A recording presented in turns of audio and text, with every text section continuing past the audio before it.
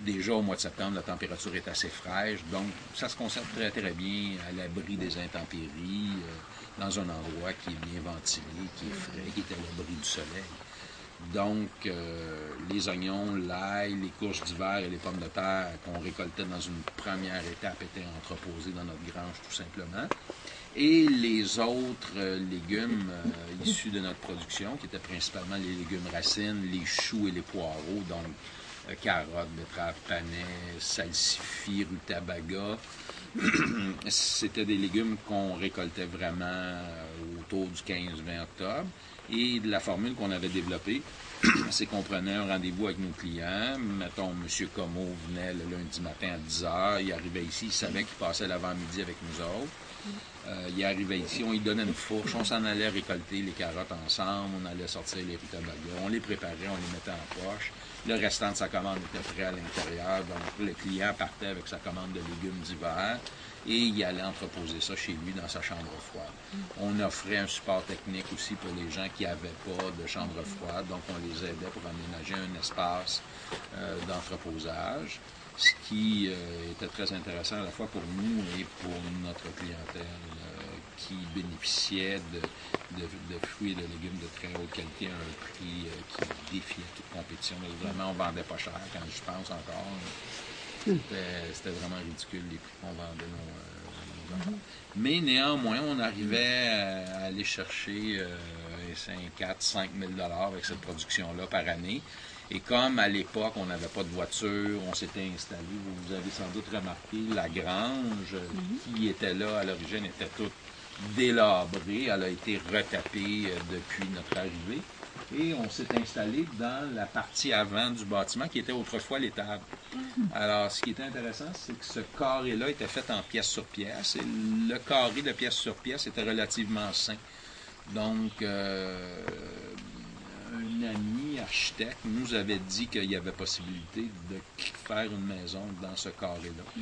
Et comme moi, je n'étais pas trop habile en menuiserie, je me sentais beaucoup plus à l'aise de partir avec une structure déjà établie plutôt que de partir à zéro. J'aurais jamais été capable de partir à partir des fondations, tout ça. J'avais pas assez de compétences. Donc, le fait d'avoir déjà un toit, d'avoir déjà une structure, là, je me sentais à l'aise d'attaquer un projet de transformation d'un bâtiment en maison.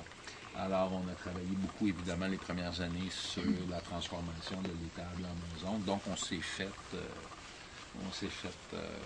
seulement un petit potager. Une fois qu'on a été installé, ben là, on a commencé notre projet agricole. Donc, on a commencé à défricher notre plateau. Ça s'est fait en 4 années. On a toujours travaillé avec ce qu'on pourrait appeler une approche des petits pas.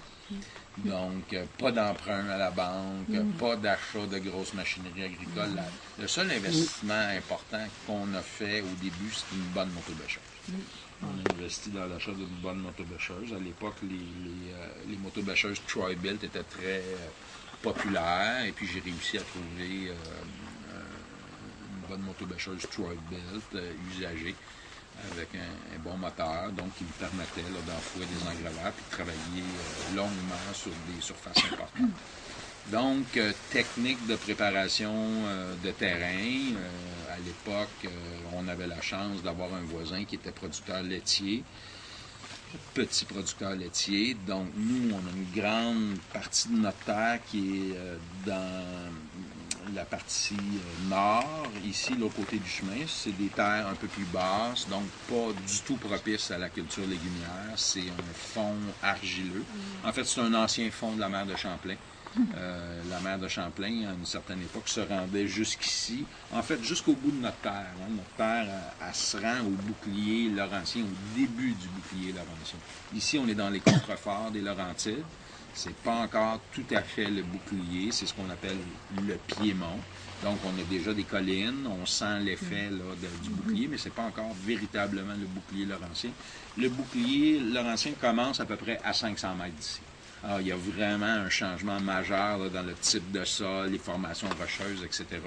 Alors, la mer de Champlain, il y avait un bras, le bras le plus nordique de la mer de Champlain, s'avançait jusqu'ici et s'en allait à 500 mètres de là jusqu'au début du bouclier laurentien. Et on présume, on a émis l'hypothèse que le plateau sur lequel on est, qui est un petit promontoire, a été à une certaine époque une île sur ce bras nordique de la mer de Champlain.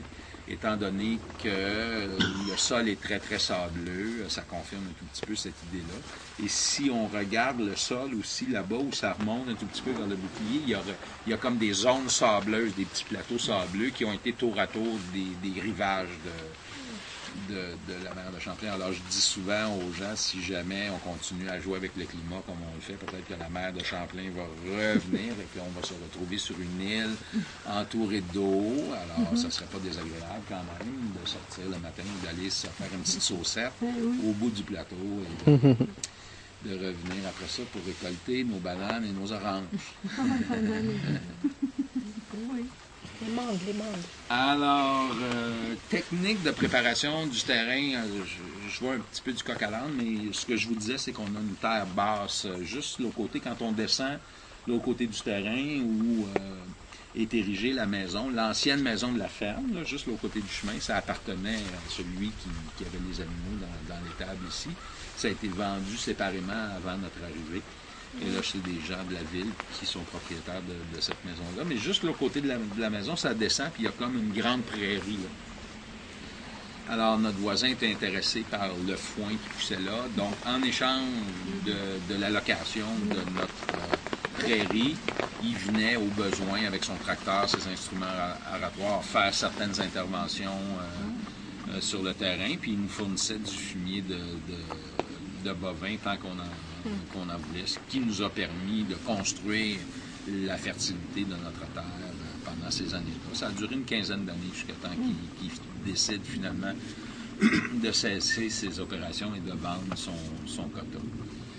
Alors, quand est venu le temps de commencer à préparer des surfaces plus importantes, on faisait notre potager, ça faisait déjà 2 ans qu'on faisait une production de lumière pour nous.